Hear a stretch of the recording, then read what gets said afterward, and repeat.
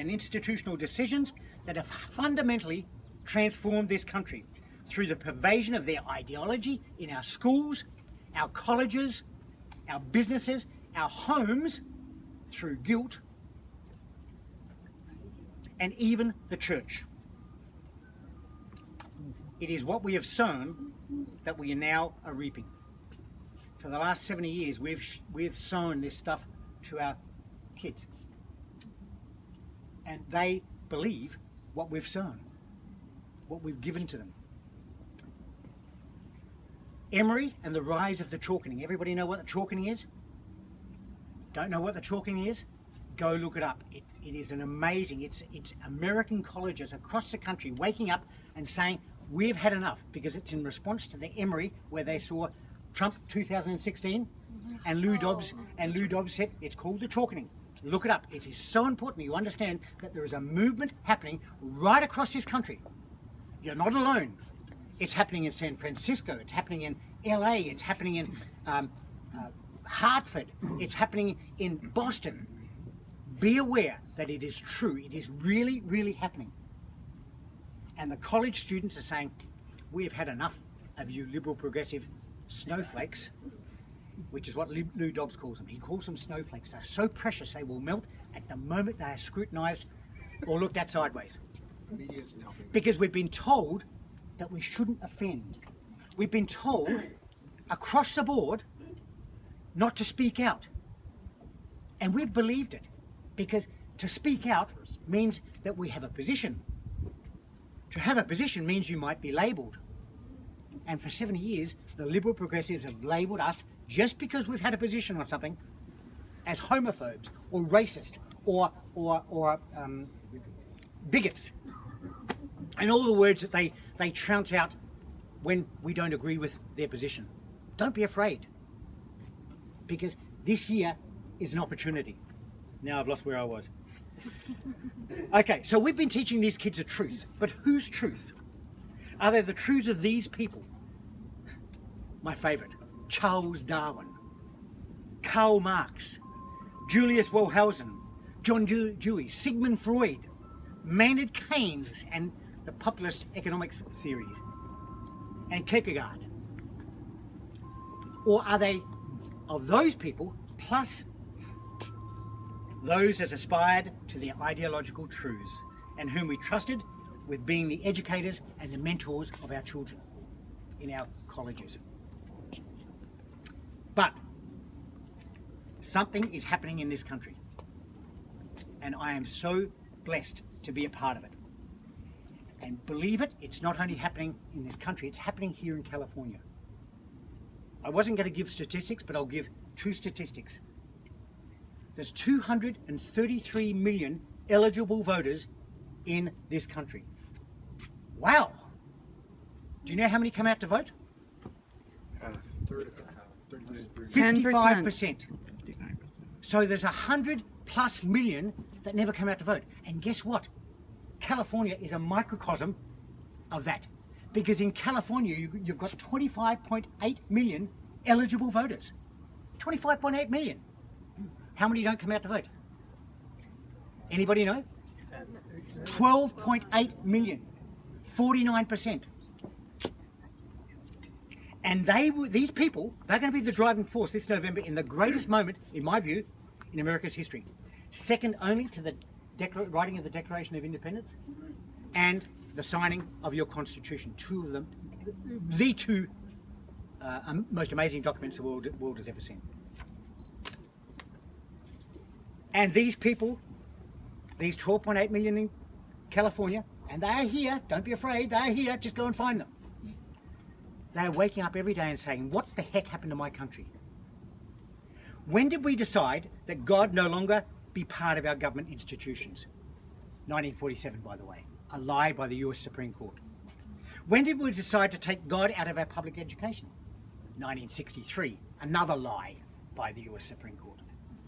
When did we decide that education was a purvey of the federal government? I couldn't find that actual date, but it goes back to, it was never meant to be, it was never in the Constitution, it was always supposed to be a state issue, a local issue.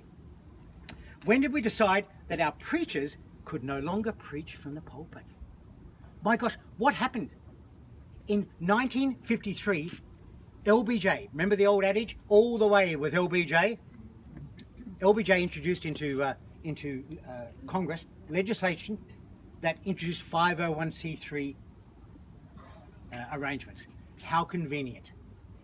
People think, oh, well, it's to benefit those organisations that don't make a profit. That was an absolute lie. This was a liberal progressive, beginning of a liberal progressive ploy to take the voice out of the church. And in 1954, 64, sorry, no, 54. In 1954, he introduced it into legislation, because he was a legislator in 53, 54. So correct me if I'm correcting your American history. But in 1954, he said they advanced that 501c3 status to the churches. I call it this. The churches sold their soul for 30 pieces of silver, because no longer could they preach from the pulpit and say exactly what the candidates running for local office were doing. That was 1954, and to this very day, it's the same. They don't preach from the pulpit because they fear losing their tax-free status. Nearly done. So when did we decide that marriage was no longer between a man and a woman? That was this last year. These are the things that the people that are waking up are asking themselves. When did all this happen? Well, it happened while they were asleep and not participating in the electoral process. And it starts at the county or the district and the county and town level in New England. Well, California was voted against. I know. I know. I followed it, don't worry, and I was so proud of California. But the federal government got involved, and the SCOTUS has become an advocacy for the Liberal Progressives. And we've got to be very, very careful going forward, because we've got 3 US Supreme Court appointees in the next term. And the final one is this. When did we decide that it was okay to kill 63 million babies in the womb? Now, you may not agree with me on that, okay? I happen to believe that life begins at conception. That's just what I believe. But you can't say that to a Liberal Progressive, because suddenly you don't believe in women's rights. Well, that's not true. That's a lie. Professed by Liberal Progressives. And I answer my fellow atheists and my fellow Liberal Progressives when they say, well, what's your God doing about all the problems in the world? I say, well, he possibly did, but we will never know for sure, because we may have killed them before they could do his work. It's a great answer. We may have killed them before he could do his work. And ladies and gentlemen, it is millions and millions who are asking these questions that we are targeting here in California. And I dare say that we're going to have a landslide right across this country. And California is going to be a part of that. May I close with these 2 brief comments. First, why in the hell was an Aussie involved? Why am I fighting so damn hard? You know, sometimes when I, after 14-hour days and travelling around the country, I ask myself the same question, and I think of those Bondi beaches and the pubs in Australia, and I think, what the heck am I doing here? First and foremost, it is for this reason. I believe America is the greatest country this world has ever seen.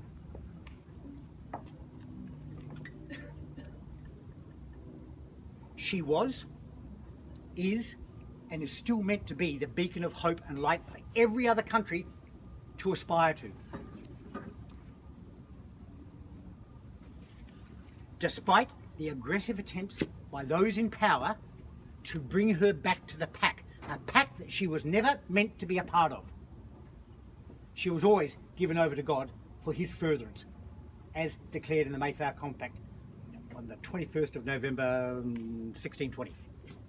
It might have been the 19th, I can't remember. And second, it is this. I have 3 granddaughters, one of whom is with the Lord. And I think to myself, what a lucky young lady.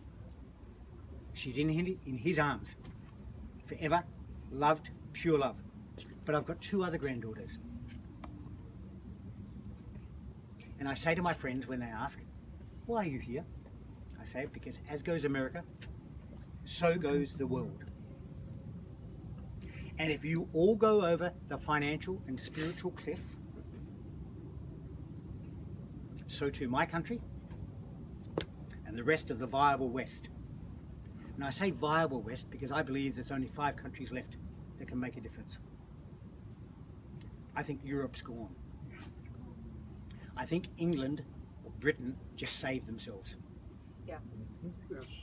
Australia, New Zealand, Canada, and the US. South Africa is done. The continent of Africa is in deep trouble.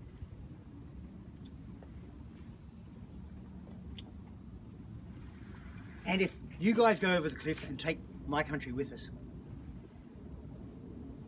the chance for my children and their children to know true 1789 constitutional based freedoms that comes from just being, I've got to get that back, but just being conceived or born will be lost forever. So there is the answer. One, ideological, the other, selfish. But I believe in this country and I plan to make a difference.